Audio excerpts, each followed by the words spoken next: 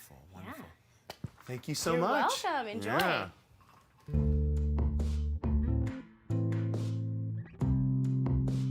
So Bryn mixed this up for us. Thank you. That looks very Yeah. nice. We're going to give that a try. Here we are. Thank you. Happy days, right? Thank you. Thank you. Cheers. Thank you.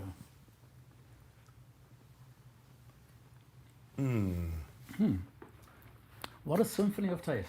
Well, thank you. That's such a good thing. I love that statement right there. You know, if I would be 40 years younger, I would put that on the table and snap an Instagram of it. Yes, you would. But I did read, Yes, you would. I'm in the middle of reading an excellent author called Paul Leroux.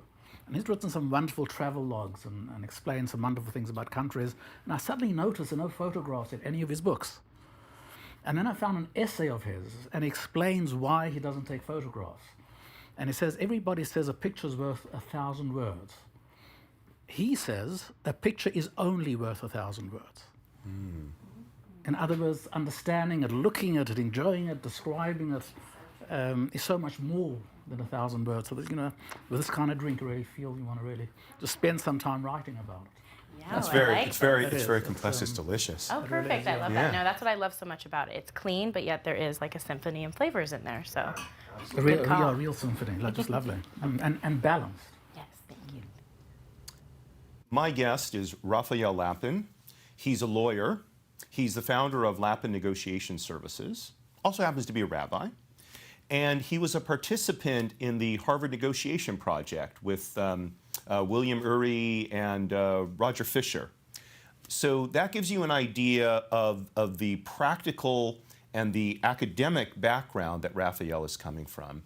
And I invited him here today to talk to us about a subject that he wrote the book about, which is dealing with difficult people. Right?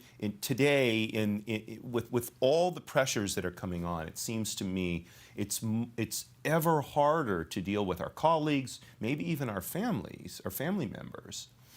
Not so much because they're difficult people per se, but the circumstances under which we're all operating these days just makes life complex. It makes it taxing sometimes. So Raphael, talk to us, if you would, about this idea of dealing with difficult people. I've got all sorts of stories I could share about that.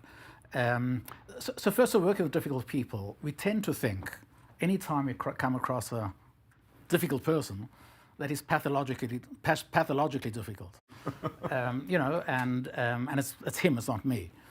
The truth of the matter is there are very, very few pathologically difficult people in the world. I don't know if I've come across any. Most times it's not pathological at all. So the very first thing that I do when I come across a difficult person that I have to work with or negotiate with or resolve a dispute with, I ask myself, what am I doing or not doing that is enabling him to be difficult? And then I ask myself, what new ingredient can I put into this mix, in this dynamic of our interaction that could possibly change the direction of the conversation, that would make him less difficult.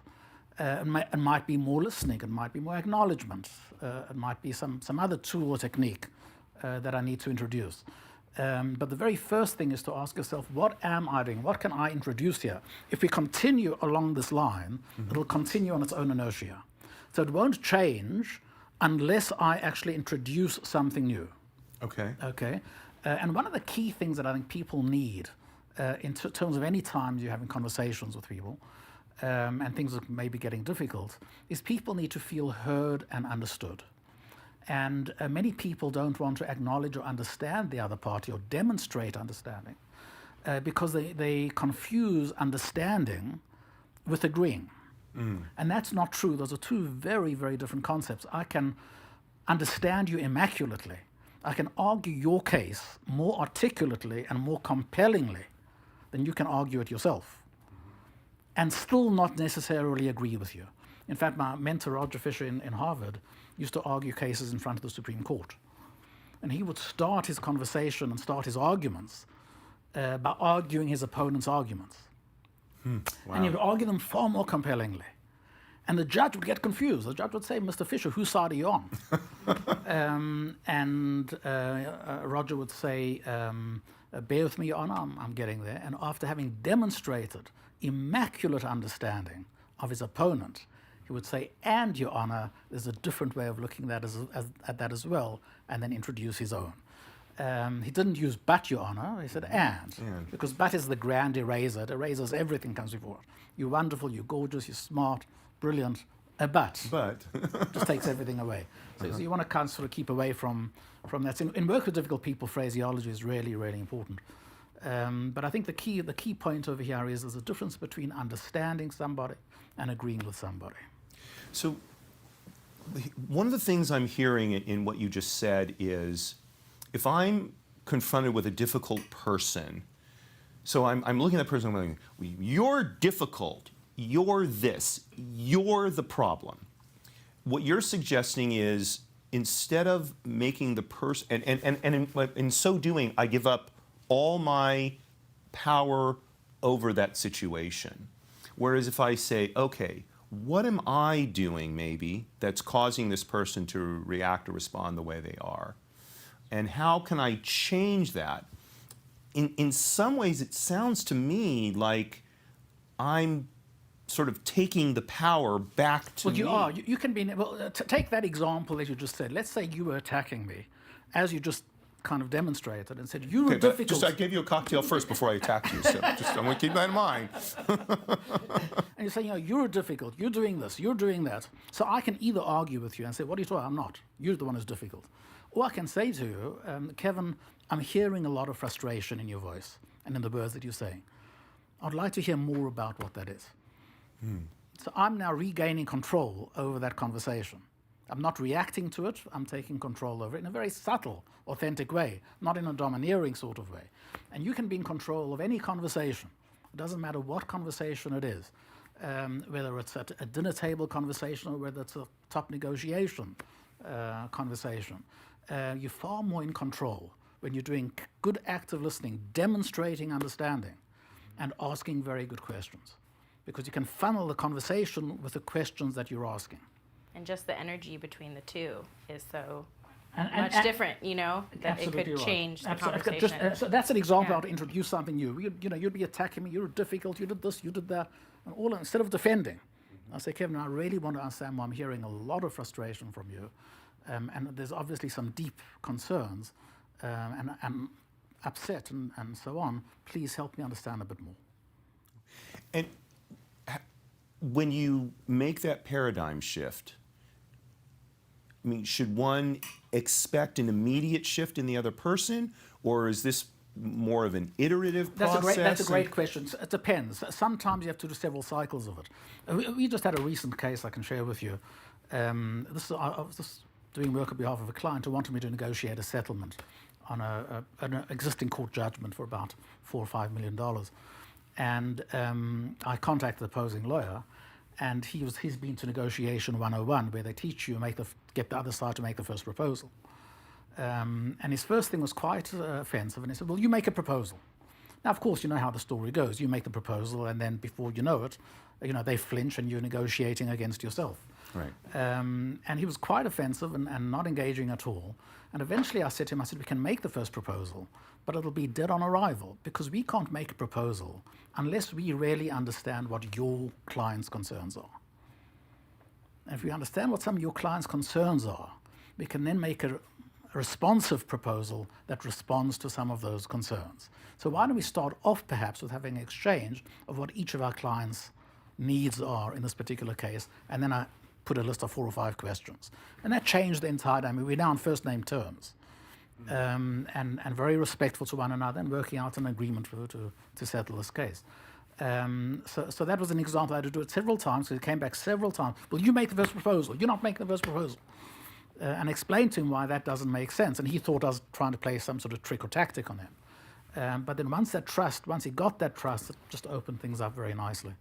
So I got the high sign, but I have to ask this question. Does it help in those situations to let the person know, look, I'm not trying to play any games with you. I sincerely want to find out, what your client needs and wants. You know what I'm saying? In other words, be that level of candor, or you're asking great questions. We could spend the whole day on this. This is this is an area I'm very passionate about. So two things. First of all, you want to build trust. You want to engage in a process where the process itself fosters and generates trust. Okay. And that's got to be authentic. So when I'm trying to understand you, I have to generally be interested and curious. I call it constructive curiosity about what some of your concerns are. So that's really important. The other thing is that most people see negotiation as a series of tricks and tactics. Mm-hmm. And when you're involved in tricks and tactics, you want to hide from the other side what you're doing.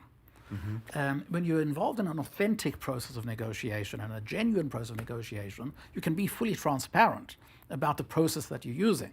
So I would say to you, now, Kevin, I think as we move forward, it might be a good idea, before we throw out proposals, to really understand each other's needs and maybe then see if we can somehow find some joint solutions to some of the conflicting needs. How does that sound to you? So I'll be completely transparent about the process. So in this case, really, relationships and negotiations are just part and parcel of each other. Right? And it's so much part of it, and that's what President Reagan figured out with Gorbachev and Thatcher, that in order to get where they wanted to get with the Soviet Union, both from Gorbachev's point of view, who really drove those negotiations, but it was all based on relationships. Mm-hmm. In fact, it's sort of funny, the very first meeting that Reagan met with Gorbachev, he wanted to break the ice. So he tells him the following joke. Reagan's there, Gorbachev's there, the translators there, a couple of national security advisors are there. And Reagan, very first time he met him in Switzerland, he tells a joke about this guy, two guys who were arguing about the benefits of the US and the Soviet Union. And the American guy says, you don't understand the freedom of speech in America.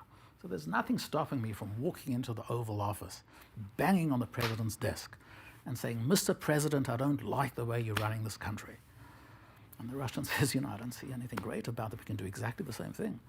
Really? How can you do that? So there's nothing stopping us from walking into the General Secretary's office, banging on his desk, and saying, Mr. General Secretary, we don't like the way the President of the United States is running his country.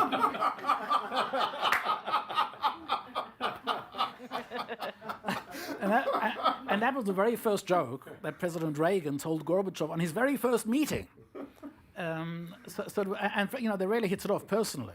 So you can achieve so much more by building a trusting relationship with somebody. Absolutely. And conducting a very genuine, authentic process of negotiation. Well, we're going to have to end it there, but there is obviously much, much, much more here. Yeah. And hopefully we'll have you back to talk even more about that. I'd be happy to. Absolutely. And thank you so much for having me. This is You're welcome. a treat. Thank you. Cheers. Cheers. So that's our show for this week. Tune in next week, where we're going to have a very special edition of the Way to Wow show, featuring human optimization expert Andy Walsh. He's going to help my colleague Sierra Barrett and me work through our own personal barriers to making a better life for ourselves. Courage at all times, my friends. Marie, you're still my belle.